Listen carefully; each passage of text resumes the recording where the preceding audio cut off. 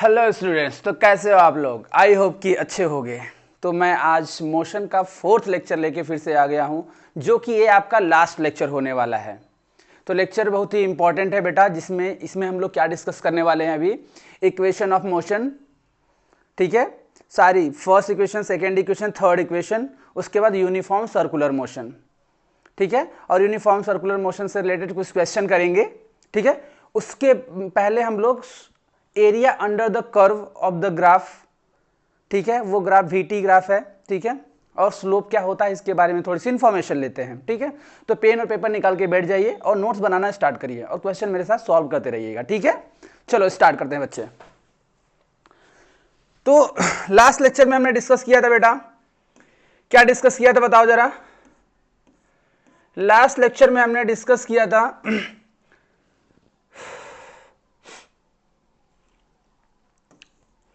Graph हो गया था, ठीक है, ठीक, ग्राफ हमने देख लिया था। उससे पहले फ्री फॉल भी देख लिया था, ठीक है, और बाकी एक्सेलरेशन देख लिया था। इक्वेशन ऑफ मोशन से रिलेटेड सारे क्वेश्चंस देख लिए थे, ठीक है।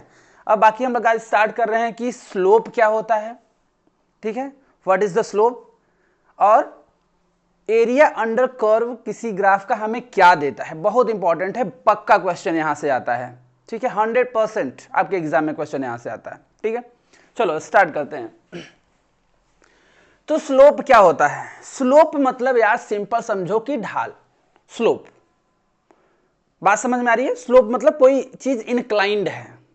अच्छा, इस चीज को इंक्लाइंड रखने के लिए क्या हमें दो चीज की आवश्यकता होती है, एक बेस चाहिए और एक क्या चाहिए, परपेंडिकुलर। अगर मान लो हमारे पास बेटा कोई ऐसी चीज, चलो हमारे पास ये देखो रिमोट है, ठीक है, अगर इसको मुझे यहां पे इंक्लाइंड क्या करना है, इंक्लाइंड इसको ऐसे रखना है, ठीक है, तो ये बिना सपोर्ट का तो रह नहीं पाएगा। तो इसके लिए हमें एक बेस बनाना पड़ेगा यहां पे, बात समझ में आ रही है। और एक यहां पे हमें क्या करना पड़ेगा, एक यहां परपेंडिकुलर रखना पड़ेगा, जिससे ये प्लेन पूरा क्या हो जाएगा, हमारा इंक्लाइंड हो जाएगा। बात समझ में आ रही है। और यहां से जो एंगल बनेगा बेटा, उसको बोलेंगे एंगल ऑफ इंक्लिनेशन। क्या बोलने वाले हैं, एंगल ऑफ इंक्लिनेशन। वही एंगल अभी हमें स्लोप देगा। कैसे देगा, ध्यान से देखो। मान लो हमारे पास एक ट्रायंगल है, समझो जरा, बहुत ध्यान समझना, 11th में काम देगा 100%, 9th में भी काम देगा तुम्हें, ठीक है। थोड़ी सी चीज एक याद करना पड़ेगा, कुछ ट्रिग्नोमेट्रिक फंक्शन का यूज करूंगा, बस तू याद कर लेना, बाद में पढ़ते रहना 10th में, ठीक है।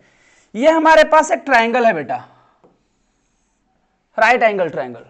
नाम दे देते हैं इसका ए, बी एंड सी। अभी जो भी दिखाया था तुम्हें कि ये हमारा एक इंक्लाइंड प्लेन है, यहां से परपेंडिकुलर प्लेन, ये एक हॉरिजॉन्टल प्लेन, ठीक है। तो यहां से मैंने इसको लाइन के थ्रू रिप्रेजेंट कर दिया है। तो इस वाले को बोलते हैं बेटा परपेंडिकुलर। अच्छा, अगर यहां एंगल थीटा है तो एंगल के सामने वाली जो साइड होगी वो होती है परपेंडिकुलर। क्या होती है, परपेंडिकुलर, ठीक है। और ये क्या होता है बेटा, ये होता है बेस, और ये क्या होगा तुम्हारा, हाइपोटेनस। इतनी बात तो आती है यार, इतनी मैथ तो आनी चाहिए, ठीक है, इतनी चीजें तो पढ़ ही सकते हो, ठीक है। राइट एंगल ट्रायंगल में हमारी 3 साइड्स होती हैं, ट्रायंगल में 3 साइड्स होती हैं, ठीक है। यहां पे राइट एंगल ट्रायंगल हमने ले रखा है, तो परपेंडिकुलर, बेस एंड हाइपोटेनस, ठीक है।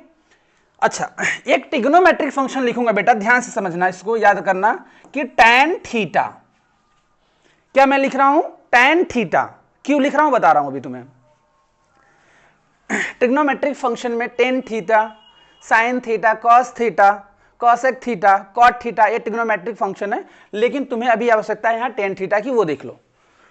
देखो मैं डायरेक्ट भी करा सकता हूं, ऐसी बात नहीं है बेटा, लेकिन हम कुछ सोच रहे हैं तुमको कुछ एडिशनल पता चल जाए, ताकि ओलंपियाड लेवल के क्वेश्चन को तुम टच कर सको, ठीक है।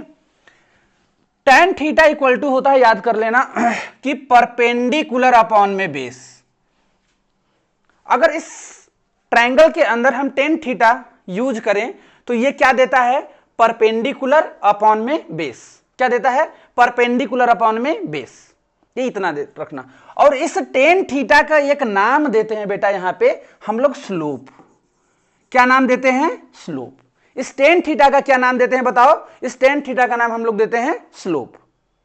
तो जहां भी परपेंडिकुलर अपान में बेस लिखूंगा तो तुम समझ लेना कि वो मैं स्लोप लिख रहा हूं। बात समझ में आ रही है? बस इतना याद रख लो बेटा, बहुत इंपॉर्टेंट है। स्टार मार्क कर सकते हो, 1 नहीं 2 नहीं 3 मार्क कर लो इस पे, बहुत इंपॉर्टेंट है। बात समझ में आ रही है? चलो इतनी बात याद आ गई। चलो अब एरिया क्या होगा? अगर इसकी एरिया हमें निकालनी है तो एरिया क्या होगा? हाफ बेस इंटू क्या? हाइट, मतलब परपेंडिकुलर, ये होगा एरिया। अब हमें एरिया क्या देता है और स्लोप क्या देता है वो सीखना है कि हम एरिया और स्लोप तुम्हें पढ़ाए ही क्यों पढ़ा रहे हैं भाई? इसका मैं यूज करने वाला हूं। कहां यूज करूंगा ध्यान से देखो, इसको नोट कर लो, फिर हम लोग नेक्स्ट टॉपिक पे चलते हैं बेटा कि ये सब चीजें देती क्या है।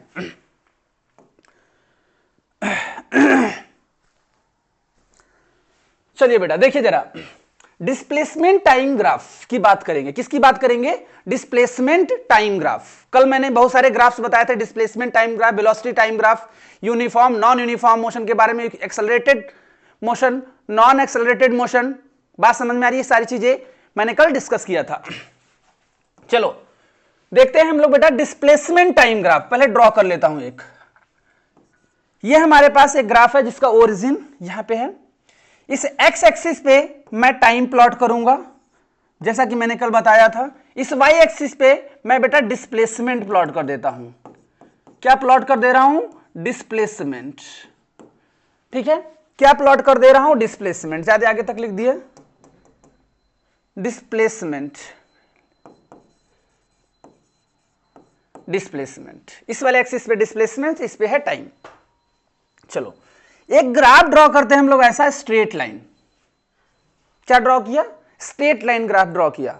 टाइम के साथ डिस्प्लेसमेंट क्या हो रहा है? इंक्रीज हो रहा है। कल यही ग्राफ हमने देखा था, टाइम के साथ हमारा डिस्प्लेसमेंट क्या हो रहा है? इंक्रीज हो रहा है। ये क्या कुछ तुम्हें ये वाली चीज तुम्हें दिख रही है? इतनी चीज दिखी? यहां से मैं एक परपेंडिकुलर इस पे ड्रॉ कर दूं बेटा, यहां पे ऐसे इसको मिला दूं और इस चीज को मैं, चलो अच्छा पहले समझ लो कि ये लाइन क्या देती है, वो लाइन पता चल जाएगा अभी। अच्छा यहां से मैं एक परपेंडिकुलर ड्रॉ कर दूं ऐसे डॉट डॉट डॉट करके, समझो मैंने एक परपेंडिकुलर ड्रॉ कर दिया। ठीक है, इस ग्राफ में मैंने एक परपेंडिकुलर ड्रॉ किया है। तो बताओ क्या ये अभी जो मैंने बोला था perpendicular, base, hypotenuse, angle theta, कुछ ऐसी सिमिलरिटी इसमें दिखने लगी दोनों में? बताओ यार। बेटा इतना डिटेल कोई नहीं बताने वाला है, बात समझ लो। और फिजिक्स से समझ लोगे एक बार ना, वो हमेशा तुम्हारे दिमाग में रहेगा। रटोगे तो दिमाग में नहीं रहेगा यार, पहले बता दे रहा हूं। बहुत बच्चे हमारे पास आते हैं ना, बोलते हैं सर फिजिक्स के न्यूमेरिकल्स नहीं बन रहे। भैया कॉन्सेप्ट तो तगड़ा करो, न्यूमेरिकल्स बनेंगे ही बनेंगे, कॉन्सेप्ट तगड़ा होना चाहिए। ठीक है, चल देखो, तो क्या मैं इसको परपेंडिकुलर लिख दूं? क्या मैं इसे बेस लिख दूं और इसको मैं हाइपोटेनस लिख दूं? कोई दिक्कत? और यहां पे एंगल थीटा लिख दूं? बोलो क्या ये डिस्प्लेसमेंट के पैरेलल लाइन है? क्या ये डिस्प्लेसमेंट वाली लाइन और ये परपेंडिकुलर, ये जो मैंने ड्रॉ किया, ये लाइन दोनों पैरेलल हैं? तो अगर ये डिस्प्लेसमेंट है तो ये भी क्या होगा बेटा? डिस्प्लेसमेंट ही होगा। ये परपेंडिकुलर क्या है? डिस्प्लेसमेंट। यहां पे मैंने टाइम डिनोट कर रखा है इस एक्सिस पे, तो ये जो बेस है बेटा वो टाइम को रिप्रेजेंट करेंगे हम उसको। किसको रिप्रेजेंट करेंगे? टाइम को। अब जरा इसमें तुम टेन थीटा यूज करो, टेन थीटा यूज करो इसमें बेटा, इस ग्राफ में। तो परपेंडिकुलर अपॉन में बेस, परपेंडिकुलर अपॉन में बेस। तो परपेंडिकुलर क्या है बताओ? क्या डिस्प्लेसमेंट? डिस्प्लेसमेंट को मैं स्मॉल एस से डिनोट कर दूं। चलो डिस्प्लेसमेंट स्मॉल एस, ये क्या आ गया? बेस में टाइम। अब तुम बताओ कि डिस्प्लेसमेंट और टाइम, अच्छा इस टेन थीटा को क्या बोलते हो बेटा? स्लोप। क्या बोलते हो? स्लोप बोलते हो। टेन थीटा को क्या बोलते हो? स्लोप। अब तुम ये बताओ डिस्प्लेसमेंट और अपॉन में टाइम होता क्या है? क्या वेलोसिटी होती है? बताओ यार, क्या डिस्प्लेसमेंट अपॉन में टाइम क्या होता है? वेलोसिटी होती कि नहीं होती है यार? बताओ। तो क्या मैं इसको यहां वेलोसिटी लिख दूं? तो मैं यहां से एक स्टेटमेंट बोलूंगा बेटा, ध्यान से याद रखना इस चीज को। Slope of displacement time graph, slope of displacement time graph, slope of displacement time graph gives velocity. बात समझ में आ रही है? अगर यही डिस्टेंस होता और टाइम होता तो slope of distance time graph gives speed. Clear हुई बात? तो यहां पे लिखेंगे हम लोग क्या,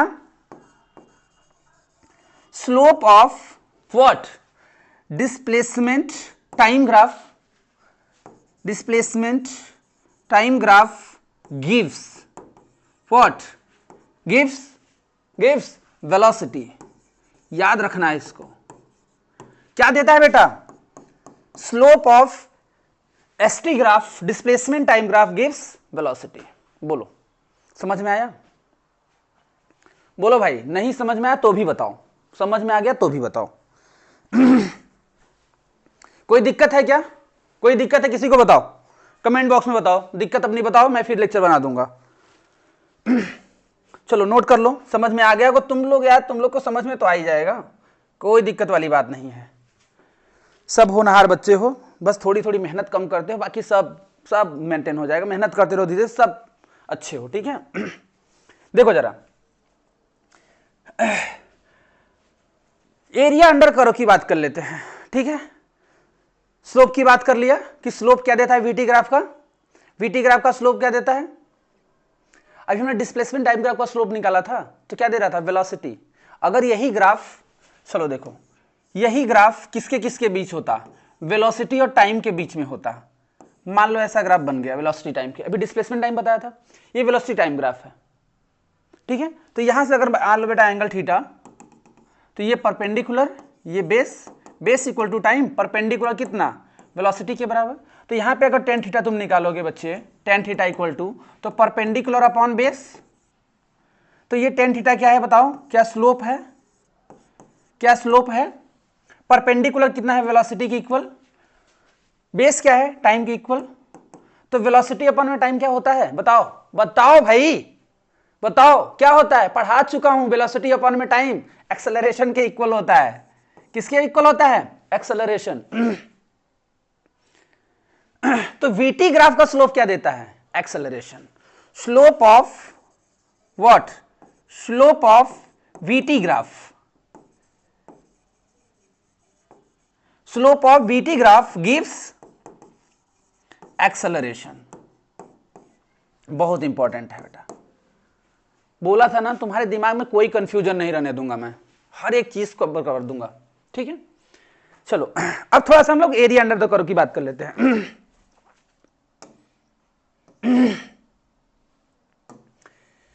चलो देखो जरा, हमारे पास बच्चे एक क्या है? वीटी ग्राफ है। अच्छा वीटी ग्राफ, चलो ये वाली लाइन वेलोसिटी को रिप्रेजेंट कर रही है, ये वाली लाइन टाइम को, तो ये वाली लाइन किसको रिप्रेजेंट करती है भाई? एक्सेलरेशन को रिप्रेजेंट करती है। वीटी ग्राफ का जो स्लोप निकाला है तो एक्सेलरेशन, ये एक्सेलरेशन को डिनोट करती है। और यहां पे डिस्प्लेसमेंट था, क्या था बेटा? डिस्प्लेसमेंट को डी से नहीं एस से रिप्रेजेंट करो, टाइम को टी से।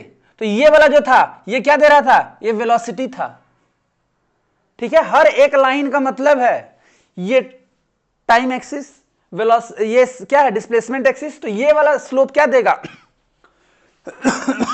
वेलोसिटी देगा, डिस्प्लेसमेंट अपॉन में टाइम। ये क्या देगा? एक्सेलरेशन, v अपॉन में t, v अपॉन में t।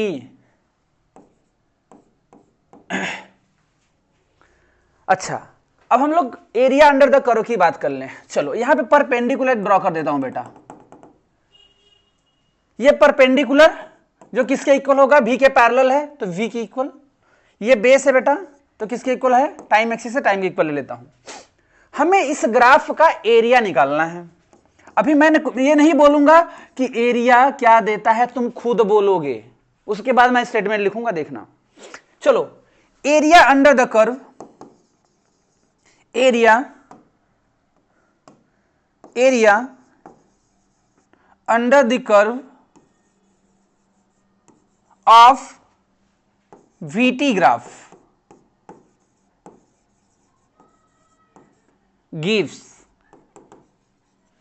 डिस्प्लेसमेंट कैसे देता है देखो, दिखा देते हैं, बहुत इंपॉर्टेंट पॉइंट है। गिव्स डिस्प्लेसमेंट, इंपॉर्टेंट पॉइंट है। क्या देता है? Area under the curve of VT graph gives displacement. कैसे देता है निकालते हैं, देखो इसकी एरिया निकालते हैं। एरिया तो हाफ बेस कितना है, बेस इंटू हाइट। आपको पता है यहां पे हाइट कितनी है बेटा,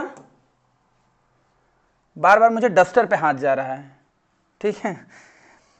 बेस अपॉन में हाइट, हाइट क्या है परपेंडिकुलर यहां पे, तो area equals to half base कितना है टाइम, परपेंडिकुलर कितना है वेलोसिटी। चलो यहां पे मैं लिखता हूं area equals to half, time की यूनिट लिखो क्या सेकेंड, वेलोसिटी की यूनिट लिखो metre per second. Second second से कैंसिल हुआ तो एरिया में जो हाफ आ रहा है बेटा वो किस में आ रहा है, जो यूनिट आई यहां पे एरिया की वो क्या आ गई, मीटर। मतलब जो तुमने एरिया कैलकुलेट, और मीटर किसकी यूनिट है, डिस्प्लेसमेंट की यूनिट ही तो मीटर है। मतलब किसी भी VT ग्राफ का एरिया अंडर द कर्व निकाल दोगे बेटा तो क्या दे देगा तुम्हें, डिस्प्लेसमेंट दे देगा। वही मैंने लिखा था। क्लियर हुआ? बोलो बोलो यार। अब इतना इजी वे में अगर नहीं क्लियर कर पाओगे तो स्टेटमेंट जो लोग लिख देते हैं डायरेक्ट, उससे क्या क्लियर कर पाओगे यार। हो जाएगा बेटा, हो जाएगा। जिसको प्रॉब्लम हो रही है मैसेज कमेंट बॉक्स में बताओ मेरे को, ठीक है। चलो तो इतना समझ में आ गया कि area under the VT graph gives displacement. तो कोई भी ग्राफ तुम्हें दिया रहे और तुमसे पूछ दे डिस्प्लेसमेंट फाइंड करो और वो VT ग्राफ रहे तो उसकी एरिया अंडर द कर्व निकाल दो, डिस्प्लेसमेंट मिल जाएगा। बात समझ में आ रही है? स्लोप निकाल दोगे VT ग्राफ का, एक्सेलरेशन मिल जाएगा।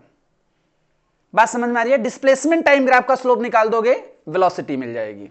ठीक है, हर कुछ दिखा दिया तुमको, ठीक है। चलो तो बात कर लेते हैं बेटा कुछ न्यूमेरिकल्स की। अब जिस बच्चे का फंडा क्लियर हो गया होगा भाई, न्यूमेरिकल तो फेंक के मारेगा, ऐसे ही आंसर आ जाएगा। फेंक के मारो आंसर इस पे जल्दी से। Net displacement from zero to t equal to 20 second. ठीक है, ये सारी चीजें क्लियर दिख रही हैं बेटा? ये ग्राफ कुछ ऐसा है,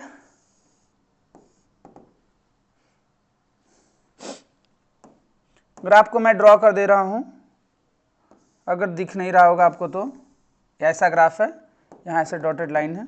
ये डॉटेड लाइन ग्राफ नहीं होता है, ठीक है, ये कोऑर्डिनेट को रिप्रेजेंट करने का तरीका होता है। जो सॉलिड लाइन है तुम्हारा वही ग्राफ है बेटा। इसको O बोल दो, यहाँ A बोल दो, इसको B बोल दो, इसको C बोल दो, इसको D बोल दो, इसको E बोल दो। यहाँ है बेटा 5 सेकेंड, यहाँ है 10 सेकेंड, यहाँ है 15 सेकेंड, यहाँ है 20 सेकेंड। ठीक है, ये टाइम एक्सिस है और ये है वेलोसिटी एक्सिस, और यह 10 मीटर पर सेकेंड यहाँ दिया है, यहाँ है 0 और यहाँ है -10 मीटर पर सेकेंड। चलो अब तो दिख रहा होगा, कोई दिक्कत नहीं है। पूछा गया तुम्हें 0 से 20 सेकेंड के बीच में सर डिस्प्लेसमेंट बता दो। 0 यहाँ है, 20 सेकेंड यहाँ है। डिस्प्लेसमेंट वेलोसिटी टाइम ग्राफ में डिस्प्लेसमेंट कैसे कैलकुलेट करते हो? एरिया अंडर द कर्व निकाल दो, डिस्प्लेसमेंट मिल जाएगा। तो हम लोग एरिया निकाल देते हैं बेटा, डिस्प्लेसमेंट मिल जाएगा। तो यहाँ पे डायरेक्ट लिखो displacement equal to area under the curve. तो एरिया इसकी निकाल लो, ये ट्रेपेजियम है, या फिर तुमको अगर ट्रेपेजियम का निकालना है तो ये देखो, एक ट्रायंगल ये है, एक रेक्टेंगल ये है, एक ट्रायंगल ये है और एक ट्रायंगल ये है। इन चारों की एरिया निकालो और ऐड कर दो। तो इस ट्रायंगल की एरिया बताओ, हाफ बेस इंटू हाइट। तो बेस कितना है बेटा 5 सेकेंड, बेस कितना है 5 सेकेंड, और हाइट कितनी है बताओ 10 मीटर पर सेकेंड। तो यहां से हम लोग करते हैं 10 मीटर प्लस आगे वाली एरिया, क्या ये रेक्टेंगल है, इसकी एरिया कितनी हो जाएगी, लेंथ इंटू विड्थ, तो लेंथ कितनी है 5 से 10 गए तो 5 का गैप, तो 5 इंटू ये कितने का गैप 10 का गैप, प्लस ये थर्ड वाली एरिया ट्रायंगल है तो हाफ, बेस कितना है बेटा 10 से 15 गए हो तो मतलब 5 का है 5 सेकेंड, और ये कितना हो जाएगा बताओ, ये है 10 metre per second, 10 metre per second है कि नहीं है। अच्छा, अब इतना होने के बाद अब तुम क्या करना कि ये वाली जो एरिया है अब इसको ऐड नहीं करोगे, इसको क्या करेंगे माइनस साइन के साथ लेंगे, क्योंकि ये प्रिंसिपल एक्सिस से नीचे ग्राफ चला गया है तो डिस्प्लेसमेंट वेक्टर क्वांटिटी है तो अपने साइन के साथ ही आएगा। बात समझ में आ रही है। अगर ये डिस्टेंस कैलकुलेट करने के लिए होता, क्वेश्चन है सर डिस्प्लेसमेंट, हाँ डिस्टेंस देखो दिया है, डिस्टेंस में पूरे ग्राफ का एरिया अंडर द कर्व जुड़ जाता, लेकिन डिस्प्लेसमेंट पे प्रिंसिपल एक्सिस से जितनी भी ऊपर कर्व है उसको पॉजिटिव, और प्रिंसिपल एक्सिस से नीचे, सॉरी प्रिंसिपल एक्सिस करना है, एक्स एक्सिस से ऊपर जो कर्व है उसको क्या करना पॉजिटिव, इससे एक्स एक्सिस से नीचे हो जो नेगेटिव, ठीक है। तो यहां माइनस हाफ, बेस कितना है बेटा, बेस है 15 से 20 गए तो 5 इंटू परपेंडिकुलर कितना, देखो यहां पे 10, तुम यहां पे चाहो तो बेटा प्लस ही ले लो, कोई दिक्कत नहीं है मेरे को, चलो प्लस ले लो, लेकिन ये जो नीचे डिस्प्लेसमेंट यहां पे हो रहा है वेलोसिटी जो नीचे जा रही है उसको निगेटिव ले लेना, -10, तुम प्लस माइनस कितना हो जाएगा माइनस, अल्टीमेटली माइनस ही तो हो जाना है, हम कह रहे हैं तुम यहां प्लस ले लो, और यहां पे वेलोसिटी जब निगेटिव लोगे यहां पे रखोगे -10 तो प्लस माइनस माइनस ही हो जाएगा ना, बात समझ में आ रही है। तो ये समझ लो जो एक्स एक्सिस से नीचे वाला ग्राफ है वो माइनस के साथ आएगा, जो ऊपर वाला प्लस के साथ आएगा। ये कितना हो जाएगा बेटा, ये 5 इधर, ये 5, ये कितना 5 कैंसिल आउट करके, तो ये 25 प्लस 50, इधर कितना +25 -25, कितना ही होगा 5 5 25, कोई दिक्कत, ये हो जाएगा बेटा, ये तो कैंसिल, 25 माइनस 0 हो गया, ये कितना हो गया 75 मीटर, ये डिस्प्लेसमेंट आ गया 75 मीटर डिस्प्लेसमेंट आ गया। बोलो कोई दिक्कत, कोई समस्या है तो बताओ, कोई दिक्कत है तो बताओ भाई, दिक्कत ही तो जाननी है मुझे कि क्या दिक्कत है, अगर दिक्कत पता चल जाएगी तो फिर आप अच्छे हो जाओगे ना, हम बता देंगे उस चीजों को तो, ठीक है। अच्छा, नेक्स्ट क्वेश्चन के अंदर देखो क्या पूछा है, total distance travel from t = 0 second से लेकर t = 20 सेकेंड, डिस्टेंस निकालना है। तो डिस्टेंस में कुछ नहीं करना है, आंख बंद करके पूरा एरिया अंडर द कर्व निकाल के जोड़ दो, ऐड कर दो, ये जो तुम माइनस किए थे ना इसको भी प्लस में ले लो, बात समझ में आ रही है। तो यहां पे कितना हो जाएगा बताओ, ये सारी चीजें ऐड कर देते तो ये कितना आ जाता था 25 + 50 + 25, ये भी कितना हो जाता बेटा 25, तो कितना हो जाएगा बताओ, क्या 100 हो जाएगा क्या कि 125 हो जाएगा, 125, बात समझ में आ रही है, 125 क्या मीटर, ये तुम्हारे सॉरी ये डिस्टेंस है, क्या है ये डिस्टेंस है, ठीक है। बोलो कोई दिक्कत, कोई समस्या, अरे यार समस्या कहां से होगी, जब अर्जुन सर खड़े यहां पे समस्या हो ही नहीं सकती फिजिक्स में ना। चलो फिर नेक्स्ट टॉपिक पे चलते हैं बेटा। अच्छा ये क्वेश्चन और बढ़िया सा है, मेरे दिमाग में कुछ चल रहा था बताने के लिए, देखो पता खो गया मेरे दिमाग से, चलो क्वेश्चन करते हैं फिर आ जाएगा दिमाग में मेरे। 4 cars A, B, C and D are moving on a leveled road, their distances versus time graph are shown in figure, choose the correct statement, choose the correct statement। हमारे पास एक ग्राफ है बेटा, क्या बढ़िया ग्राफ है, बढ़िया question भी बढ़िया है। ये देखो डिस्टेंस है, क्या है ये डिस्टेंस दे रखी है, सही लिखे हैं देख लो डिस्टेंस, ये टाइम है बेटा, ये सेकंड में है, ये किस में डिस्टेंस, मीटर में है। चलो ये लाइन दे रखी है बेटा ऐसे, ये लाइन नहीं है, ये क्या है ये स्पीड है। डिस्टेंस टाइम ग्राफ की जो लाइंस ये होती हैं, स्लोप होती हैं, क्या देती हैं, स्पीड देती हैं, ये सब स्पीड हैं। तो मान लो इसकी स्पीड है vb, ये मान लो स्पीड va। स्पीड को v से कब से दिखाने लगे बेटा, एस बी एस ए, ये डी ए सी, ये एस डी और एस सी। तो पूछा ऑप्शन देखो, car A is faster then, अच्छा अब इसमें पूछा है कौन सी कार फास्टर है, कौन सी कार स्लोअर स्पीड से चल रही है। बात समझ में आ रही है। तो इसमें से ऑप्शन तुम्हें चूज करना है। तो कैसे फाइंड करेंगे, जो ग्राफ ज्यादा सबसे ऊपर उसकी स्पीड सबसे ज्यादा, जो ग्राफ नीचे जाता चला जाएगा उसकी स्पीड कम होती जाएगी। तो एक तरह से समझना बेटा, यहां पे θ1 इसको बोल दो θ2, इसको बोल दो ये लाइन θ3 बना रही है, ये बोल दो θ4। तो जिस ग्राफ का एंगल सबसे ज्यादा, θ4 का एंगल सबसे ज्यादा, θ3 उससे कम, θ2 उससे कम, θ1 सबसे कम। तो जिसका एंगल ज्यादा उसकी स्पीड भी ज्यादा। तो यहां पे SC is greater than what, SD is greater than SA is greater than what, SB। ये पैटर्न चलेगा स्पीड का। कुछ नहीं याद करना है, जो लाइन सबसे ऊपर उसकी स्पीड सबसे ज्यादा। मेरे साथ बोलो, जो लाइन सबसे ऊपर उसकी स्पीड सबसे ज्यादा। कोई दिक्कत नहीं है। मैच करा लेते हैं option. Car A is faster then D, car A is faster then D, गलत है भाई, ये तो नीचे है तो इसकी स्पीड तो कम है, ये गलत हो गया ऑप्शन। कार बी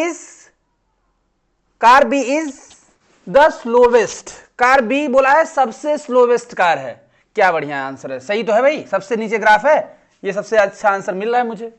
चलो नेक्स्ट चेक कर लेते, हो सकता है एक और सही हो। Car D is faster than car C, car D is faster than सी।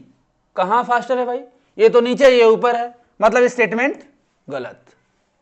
चलो car C is slowest, car C slowest कहां भाई, सबसे ज्यादा स्पीड तो उसी की है, ये भी ऑप्शन गलत। तो ऑप्शन बी करेक्ट है बेटा, ऑप्शन बी करेक्ट है। क्या बढ़िया क्वेश्चन था। लॉजिक, ये सब जो लॉजिक दे रहा हूं वो अपने पास रखो, ये वाला लॉजिक 11th में यूज करना। अभी जो सबसे ऊपर ऐसे बताया, सबसे ऊपर जो रहेगा ग्राफ वो सबसे वेलोसिटी स्पीड या वेलोसिटी सबसे ज्यादा हो जाएगी, वो वाला लॉजिक अभी याद कर लो।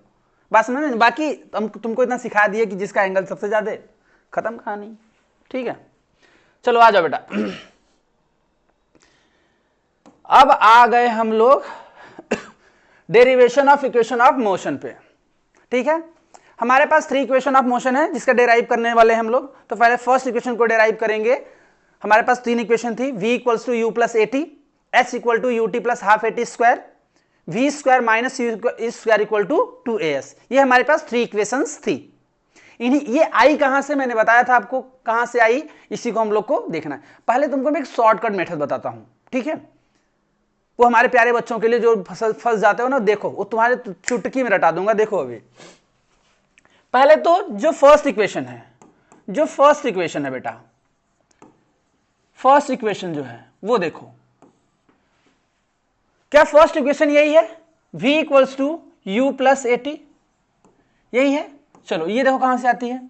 क्या हम लोगों ने पढ़ा है कि rate of change of velocity is called acceleration, पढ़ा है भाई, बस वही से।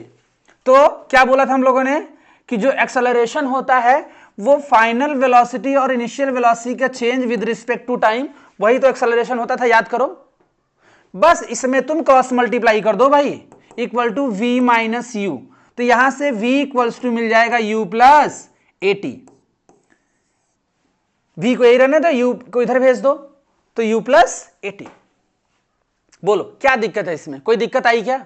कोई दिक्कत नहीं है भाई, कोई दिक्कत आएगी ही नहीं। ये फर्स्ट इक्वेशन ऑफ मोशन है। चलो सेकेंड देखो करते हैं, मजा आ जाएगा अभी सेकेंड से। सेकेंड इक्वेशन ऑफ मोशन कर लेते हैं। देखो सेकेंड इक्वेशन ऑफ मोशन बहुत बच्चे सेकेंड और थर्ड में फंसते हैं, तुम्हारे लिए एक सॉलिड तरीका देखो, सारे बच्चों के लिए एक सॉलिड तरीका। कैसे? थर्ड पे आ गए क्या? सेकेंड पे आ जा भाई। चलो भाई सेकेंड इक्वेशन ऑफ मोशन करते हैं। अच्छा, क्या हमें v एवरेज पता है बेटा? एवरेज वेलोसिटी का फॉर्मूला क्या होता है? v final plus initial upon में 2। ये याद रखना, ये याद रखना। बात समझ में आ रही है? v इनिशियल,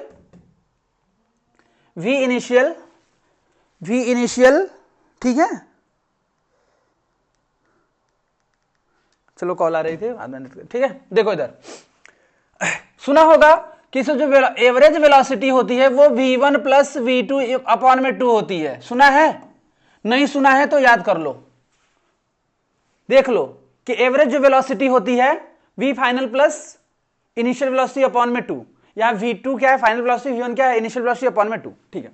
अच्छा, एक v एवरेज मैं ऐसे भी लिख सकता हूं कि जो टोटल डिस्प्लेसमेंट अपॉन में टोटल टाइम टेकन, लिख सकते हो टोटल डिस्प्लेसमेंट अपॉन में total time taken average velocity देगा। अब ये दोनों इक्वेशन देखो बेटा, फर्स्ट और सेकंड को, एवरेज दोनों साइड है, v average left hand side है तो राइट हैंड साइड को भी क्या कर लें? इक्वल कर लें। तो क्या राइट हैंड साइड को इक्वल करेंगे तो s अपॉन में t equals to v plus u upon में 2। ये इक्वेशन दिमाग में भर लो, उसके बाद देखो खटाक से दोनों इक्वेशन में कर दूंगा, तुरंत दोनों इक्वेशन ले आऊंगा। ये इक्वेशन समझ में आ जाएगी यहां तक, तो बस ये दिमाग में s अपॉन में t equals to v plus u upon में t, ये दिमाग में रख लो। कैसे रखना है ये भी समझा दिया मैंने। अब देखो जरा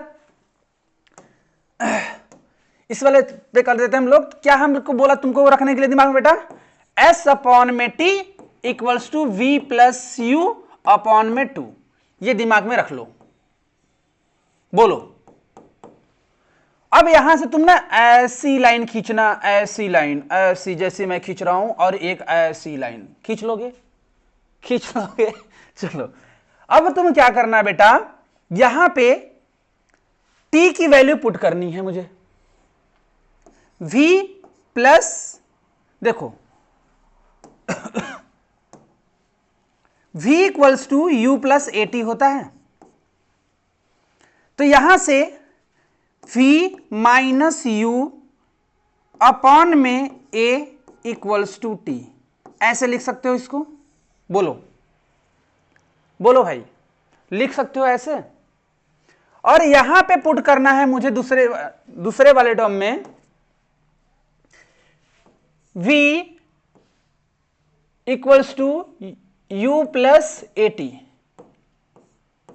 अब हम चेक करेंगे कि v की वैल्यू इसमें u प्लस at पुट करेगा तो क्या आएगा, यहां पे t की वैल्यू पुट करूंगा तो क्या आएगा। देखो हम देखते हैं क्या आता है ना, देखो मजा आ जाएगा, उसका रिजल्ट देख के मजा आ जाएगा। चलो ये वाली वैल्यू पुट करो इसमें, तो s अपॉन में t, v की जगह ये वाली वैल्यू पुट करो तो u plus at, u plus at v की जगह पे और u अपनी जगह पे। बोलो बोलो यार, कोई दिक्कत, कोई समस्या नहीं है? नहीं होगी मेरे बच्चे, नहीं होगी। देखो ये देखो, अब इधर क्रॉस मल्टीप्लाई, 2 क्रॉस मल्टीप्लाई क्यों करना भाई, क्यों करना क्रॉस मल्टीप्लाई? देखो तो ये s इक्वल्स टू, इधर क्रॉस मल्टीप्लाई कर दो t का, तो t मल्टीप्लाई होगा तो इसमें भी होगा, इसमें भी होगा, इसमें भी होगा, तो कितना हो जाएगा ut plus at square plus ut upon में कितना 2।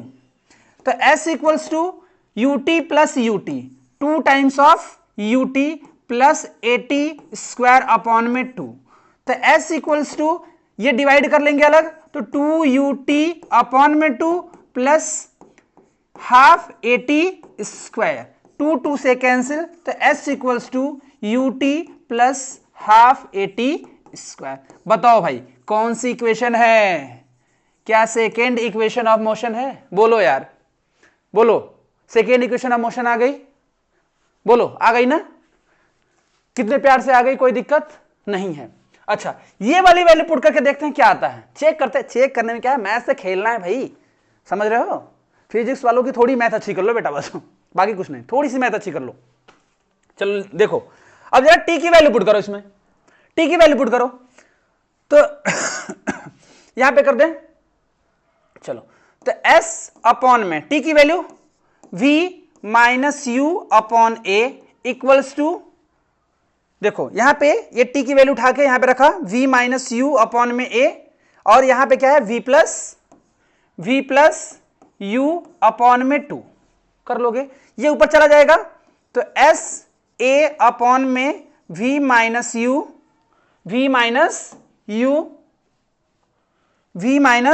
You equals to v plus u. यहां के बाद यहां पे देखना, ठीक है। अब बताओ बेटा, अपॉन में यहां पे कुछ और रह गया 2, अब यहां पे देखना ये 2 का मल्टीप्लाई कर दो इधर तो हो जाएगा 2as, और इधर इसका मल्टीप्लाई कर दो इधर u माइनस वी और u plus v, cross multiply करना बेटा, क्रॉस मल्टीप्लाई, तो इधर हो जाएगा v माइनस यू और इधर हो जाएगा v प्लस यू, तो यहां पे 2as इक्वल्स टू कितना हो जाएगा, एक फॉर्मूला देखा होगा आप लोगों ने, a प्लस बी और a minus b equals to होता है a square minus b square, तो उसी फॉर्मूले के बिहाफ पे हो जाएगा v square minus u square. क्या यही थर्ड इक्वेशन ऑफ मोशन है, बोलो यार, क्या यही थर्ड इक्वेशन ऑफ मोशन है? किसी को दिक्कत बताओ यार, किसी को दिक्कत?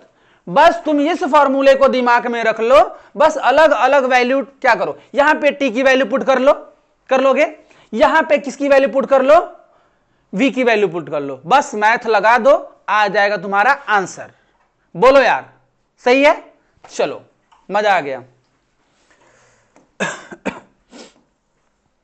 बात कर लेते हैं बेटा सर्कुलर मोशन की, अब बात करते हैं सर्कुलर मोशन की, ठीक है।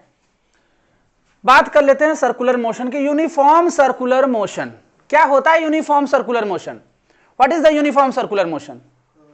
जब कोई एक ऑब्जेक्ट क्या करे, एक फिक्स पॉइंट के अराउंड में गोल गोल घूमे, एक सर्कुलर पाथ पे घूमे, तो ऐसे मोशन को बोलते हो सर्कुलर मोशन। और घूमते समय, मेरी गर्दन भी देखो घूम रही है, ठीक है, घूमते समय उसकी स्पीड हर जगह क्या रहे, सेम रहे, हर एक पॉइंट पे क्या करे, इक्वल डिस्टेंस करे, कवर करे सरकमफेरेंस पे, ठीक है, इक्वल डिस्टेंस कवर करे सरकमफेरेंस पे, इक्वल इंटरवल ऑफ टाइम में, तो ऐसे मोशन को बोलोगे यूनिफॉर्म सर्कुलर मोशन। गोल गोल घूमे तो सर्कुलर मोशन, लेकिन इक्वल इंटरवल ऑफ टाइम में इक्वल डिस्टेंस कवर करे, कहां, सरकमफेरेंस पर, उस सर्कुलर पाथ के सरकमफेरेंस पे कवर करे, तो उसको क्या बोलोगे, यूनिफॉर्म सर्कुलर मोशन। बात समझ में आ रही है? वेलोसिटी हर जगह चेंज हो जाएगी, ठीक है, कैसे चेंज होगी देखो, दिखाते हैं अभी। अरे जैसे मान लो यार एक फिक्स्ड पॉइंट है, उसके गोल चारों तरफ तुम गोल गोल घूम रहे हो, तो तुम्हारे मोशन को क्या बोलूंगा, सर्कुलर मोशन ही तो बोलूंगा। तुम लोग भी तो बहुत चक्कर लगाते हो स्कूल के, नहीं लगाते हो क्या? बहुत लगाते हो बेटा तुम लोग, ठीक है। छुट्टी लेके जाओगे वॉशरूम के लिए तुम लोग, ठीक है, अब पूरा कॉरिडोर घूम के आओगे, तो तुम लोग से बढ़िया कौन एग्जाम दे सकता है? चलो टॉपिक पे आओ। चलो देखो बेटा, the motion of an object along a circular path, किसी ऑब्जेक्ट का मोशन एक सर्कुलर पाथ के along covering equal distances along the circumference in the same interval of time is known as uniform circular motion। बात समझ में आ रही है? तुम गोल गोल घूम रहे हो, इस पे सर्कुलर मोशन कर रहे हो, ऐसे बात समझ में आ रही है? ऐसा सर्कुलर मोशन कर रहे हो, घूम रहे हो गोल गोल गोल गोल। जैसे यार एक मान लो थ्रेड है, थ्रेड में क्या बांध लो, एक स्टोन, ऐसे ऐसे घुमाओ, बहुत करते हैं हम लोग, एक स्टोन बांध लेते हैं किसी थ्रेड में, किसी रस्सी में, गोल घुमा रहे हैं, तो उस स्टोन का जो मोशन है वो कैसा मोशन है, सर्कुलर मोशन है। बात समझ में आए? उसको जो पुलिंग फोर्स अंदर को मिल रही है बार बार बेटा, जिसको सेंट्रीपिटल फोर्स बोलेंगे हम लोग, अभी डिटेल में ज्यादा नहीं जाते जाए क्योंकि आपके सिलेबस में भी ज्यादा नहीं, तो वही फोर्स क्या करता है, उसको गोल गोल घुमाता है, ठीक है। अच्छा, तो ऐसे मोशन को बोलेंगे हम लोग सर्कुलर मोशन। अब देखो बेटा, अब जैसे मान लो ऑब्जेक्ट यहां पे है, तो ये क्या इस डायरेक्शन में चलने की टेंडेंसी होगी। अगर ऑब्जेक्ट यहां पे पहुंचा तो इसकी वेलोसिटी इस डायरेक्शन में हो जाएगी, अगर यहां पे पहुंचा तो वेलोसिटी यहां पहुंचा तो वेलोसिटी इस डायरेक्शन में। वेलोसिटी क्या है? एक वेक्टर क्वांटिटी है। बात समझ में आ रही है? तो वेलोसिटी की डायरेक्शन, जो ऑब्जेक्ट है उस सर्कुलर पाथ पे मूव कर रहा है, तो उसके वेलोसिटी की डायरेक्शन कैसे देखेंगे? तो आप क्या करोगे, जिस पॉइंट पे बेटा, मान लो पॉइंट ए है, इस पॉइंट पे तुमको इस जो बॉडी मूव कर रही है इस पे, उसकी डायरेक्शन देखनी है। तो तुम क्या करो, उस पॉइंट पे जिस डायरेक्शन में मूव कर रहा है उसी डायरेक्शन में एक टेंजेंट ड्रॉ कर दो, उसी डायरेक्शन में एक टेंजेंट ड्रॉ कर दो। तो इस पॉइंट ए पे वेलोसिटी की डायरेक्शन को शो करेगा। इस पॉइंट पे तुमको देखना है वेलोसिटी, तो उसी की डायरेक्शन में एक टेंजेंट ड्रॉ कर दो, यहां पे वेलोसिटी की डायरेक्शन को शो करेगा। यहां पे वेलोसिटी, हर एक पॉइंट पे जहां पे तुमको बेटा फाइंड करना है, तुम ड्रॉ करो एक टेंजेंट। टेंजेंट की डायरेक्शन, जिस डायरेक्शन में वेलोसिटी हो रही है, मूव कर रही है बॉडी, उसी डायरेक्शन में ड्रॉ करना है। पता चला अपोजिट में नहीं ड्रॉ करने लगे तुम, ठीक है? ठीक।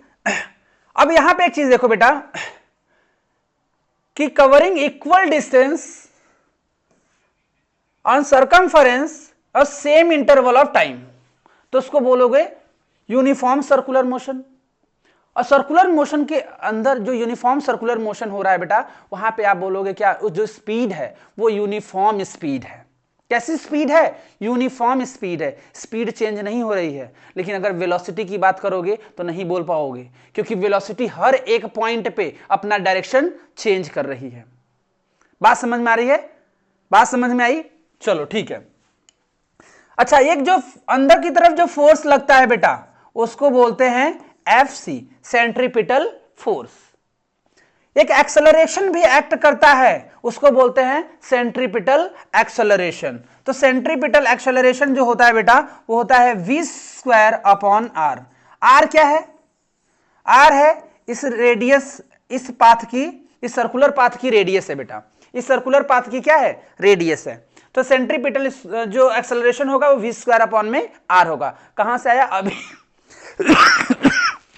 सॉरी, कहां से आया ये अभी तुमको नहीं जानना है, 11th में जाओगे तो वहां पे बता देंगे हम, ठीक है?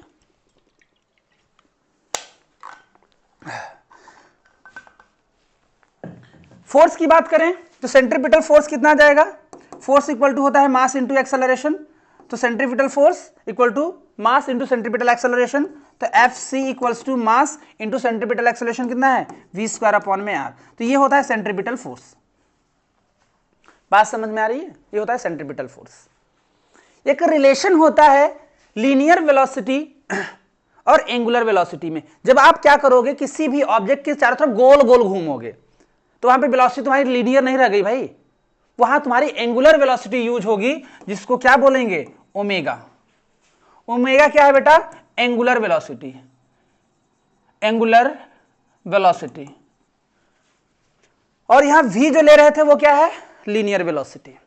v stand for linear velocity and omega stand for angular velocity. जब किसी पॉइंट के चारों तरफ गोल गोल घूमते हो, तो उस समय जो वेलोसिटी तुम्हारी है वो एंगुलर वेलोसिटी है, क्योंकि वहां पे तुम्हारा एंगुलर डिस्प्लेसमेंट होता है। चलो डिटेल में नहीं जाऊंगा, फंस जाओगे तुम, ठीक है? तो एंगुलर वेलोसिटी और लीनियर वेलोसिटी, v क्या है बेटा? इसको बोलते हैं लीनियर वेलोसिटी। तो v में और एक ओमेगा में एक रिलेशन होता है। रिलेशन क्या होता है? v equals to r omega का। v equals to r omega का रिलेशन होता है। बात समझ में आ रही है? अच्छा, एग्जाम्पल्स देख लो। मोशन ऑफ द मून और मोशन ऑफ द अर्थ, ये सब किसके हैं? सर्कुलर मोशन के एग्जाम्पल्स हैं। तो सर्कुलर मोशन समझ में आ गया। चलो, सर्कुलर मोशन अगर समझ में आ गया तो कुछ इसमें और टॉपिक्स होंगे, उनकी बात कर लेते हैं। झूला झूले हो?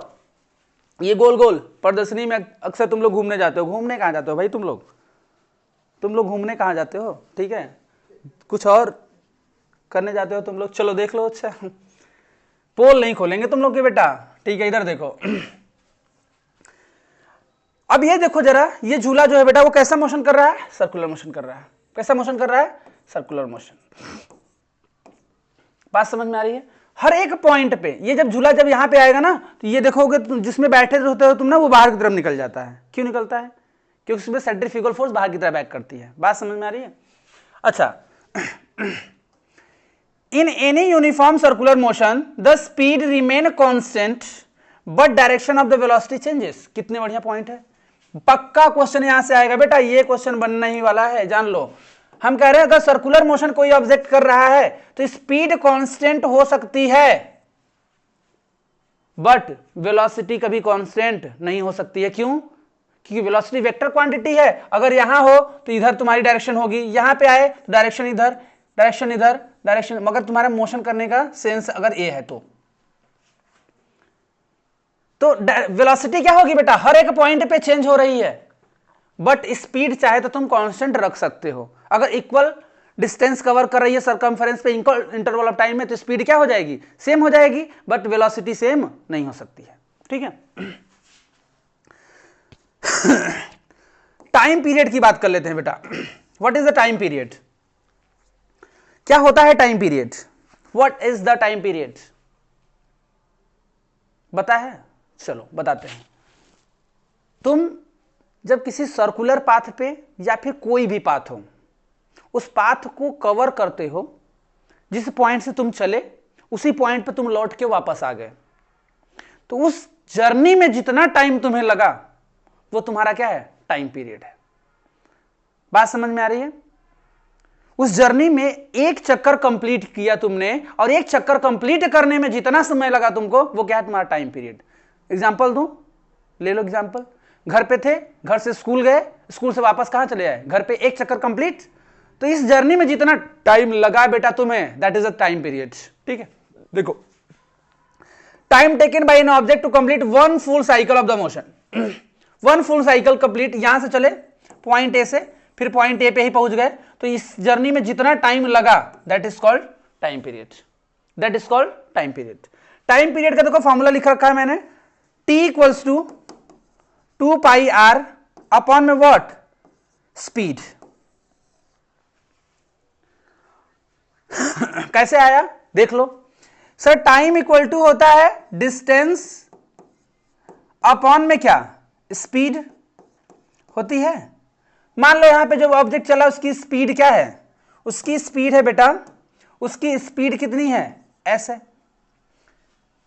अब सोचो जरा, पॉइंट ए से चला, घूम के पॉइंट ए पे ही आ गया और इस सर्कुलर पाथ की जो रेडियस है आर है, तो कितनी डिस्टेंस चल दिया बेटा, अपने सरकमफेरेंस के बराबर। तो सरकमफेरेंस कितना, 2 पाई आर। तो क्या जो डिस्टेंस कवर किया उसने, क्या वो 2 पाई आर का कवर किया? बोलो, एक चक्कर लगाओगे, गोल चक्कर एक लगाओगे बेटा, तो एक चक्कर लगाने में तुम कितना डिस्टेंस कवर कर दोगे, सरकमफेरेंस के इक्वल 2 पाई आर। अपॉन में स्पीड कितनी है, v, स्पीड s बोल देते हैं, स्पीड कितनी है, s, और यहां टाइम को क्या बोलते हैं, कैपिटल T टाइम को। तो क्या यही मैंने यहां पे भी लिखा है, देखो। तो ये है टाइम पीरियड का फॉर्मूला। अच्छा, फ्रीक्वेंसी क्या होती है? एक चक्कर कंप्लीट करने में जो समय लगा, एक चक्कर कंप्लीट करने में जो समय लगा वो था क्या तुम्हारा, टाइम पीरियड। बात समझ में आ रही है? फर्क देखना दोनों में। फ्रीक्वेंसी क्या है, एक सेकेंड में तुम कितना चक्कर लगा सकते हो, दैट इज द फ्रीक्वेंसी। मान लो एक सेकेंड में तुम 4-5 चक्कर लगा दिए, ठीक है, 4-5 चक्कर पूरा कंप्लीट कर दिए, तो वो फ्रीक्वेंसी तुम्हारी बोली जाएगी। समझना ध्यान से, एक चक्कर कंप्लीट करने में जो समय लग रहा था वो टाइम पीरियड, और आपने क्या किया, number of revolution complete in 1 second, उसको क्या बोलोगे, उसको क्या बोलोगे, उसको बोलोगे फ्रीक्वेंसी। कि एक सेकेंड में जितने भी चक्कर लगा सकते हो दैट इज अ फ्रीक्वेंसी। बात समझ में आ रही है? चलो ठीक है, यहां पर लिखा है ना, which is the number of cycle पर सेकेंड। ठीक है, फ्रीक्वेंसी का फॉर्मूला क्या होता है, यहां पे लिख देता हूं, फ्रीक्वेंसी इक्वल्स टू, फ्रीक्वेंसी को ऐसे नोट करते हैं बेटा, 1 अपॉन में टाइम पीरियड, 1 अपॉन में time period, 1 upon time period equal to क्या होती है, फ्रीक्वेंसी।